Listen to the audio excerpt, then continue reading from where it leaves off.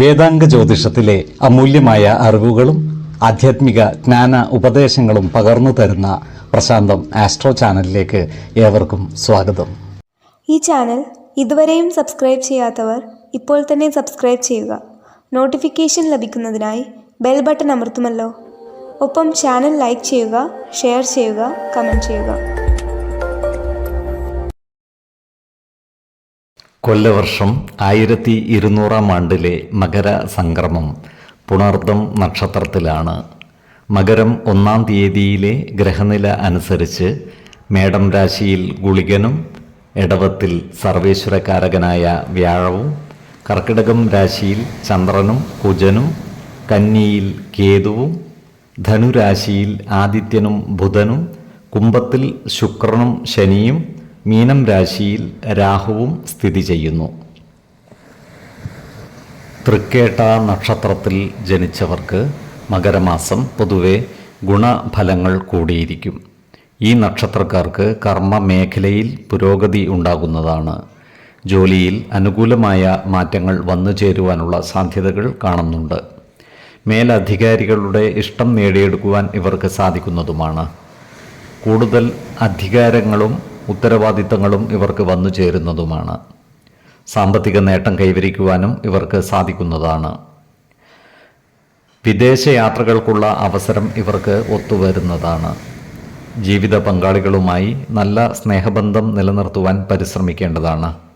അനാവശ്യ വാക്കുതർക്കങ്ങളും ഇടപെടലുകളും ഒഴിവാക്കി മുന്നോട്ട് നീങ്ങുവാൻ പ്രത്യേകം ശ്രദ്ധിക്കുകയും വേണം.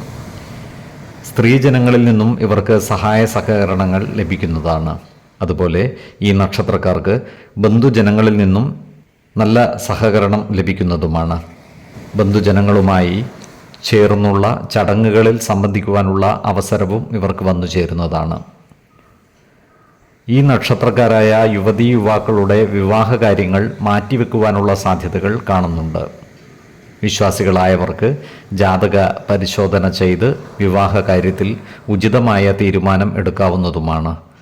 നക്ഷത്ര പൊരുത്തവും പാപസാമ്യതയും കുജദോഷവും ദശാസന്ധി ദോഷവും മനപ്പൊരുത്തവും മറ്റു അനുകൂല കാര്യങ്ങളും പരിഗണിച്ച് വിവാഹകാര്യത്തിൽ ഉത്തമ തീരുമാനമെടുക്കുന്നതാണ് ഗുണകരമാവുക. എന്നാൽ കടുത്ത പ്രണയമുള്ളവർക്ക് മനപ്പൊരുത്തം മാത്രം പരിഗണിച്ച് ഗാന്ധർവ വിധിപ്രകാരം വിവാഹിതരാകാമെന്ന് ആചാര്യ മതവുമുണ്ട്. ഓഹരി വിപണികളുമായി ബന്ധപ്പെട്ട് പ്രവർത്തിക്കുന്ന ഈ നക്ഷത്രക്കാർ ജാഗ്രത പാലിക്കേണ്ടതാണ്. സാമ്പത്തിക നഷ്ടം വന്നു ചേരുവാനുള്ള സാധ്യതകൾ കാണുന്നുണ്ട്. അതിനാൽ വിപണിയിൽ പുതിയ നിക്ഷേപങ്ങൾ നടത്തുമ്പോൾ കൂടുതൽ ശ്രദ്ധ പുലർത്തേണ്ടതുമാണ്. ഈ നക്ഷത്രക്കാരായ ബിസിനസ്സുകാർ സർക്കാർ നികുതികളും മറ്റും കൃത്യമായി അടച്ച് മുന്നോട്ട് നീങ്ങുവാൻ പ്രത്യേകം ശ്രദ്ധിക്കേണ്ടതാണ്. ആരോഗ്യ കാര്യങ്ങളിലും ഈ നക്ഷത്രക്കാർ ഒരു പ്രത്യേക ശ്രദ്ധ പുലർത്തുന്നത് ഗുണകരമായിരിക്കും. 5, 15, 26 തീയതികൾ അനുകൂലമാണ്. ഈ നക്ഷത്രക്കാർ ജനിച്ച സമയത്തെ അടിസ്ഥാനമാക്കിയുള്ള ജാതകത്തിലെ ലഗ്ന രാശിയുടെയും ലഗ്ന അധിപന്റെയും സ്ഥിതിയും ശുഭ പാപ ഭാവങ്ങളുടെ സ്ഥിതിയും ഓരോ രാശിയിലെയും ഗ്രഹങ്ങളുടെ സ്ഥിതിയും അനുസരിച്ച് ഇവരുടെ പൊതുഫലത്തിൽ ഏറ്റക്കുറച്ചിലുകൾ ഉണ്ടാകുവാനിടയുണ്ട്.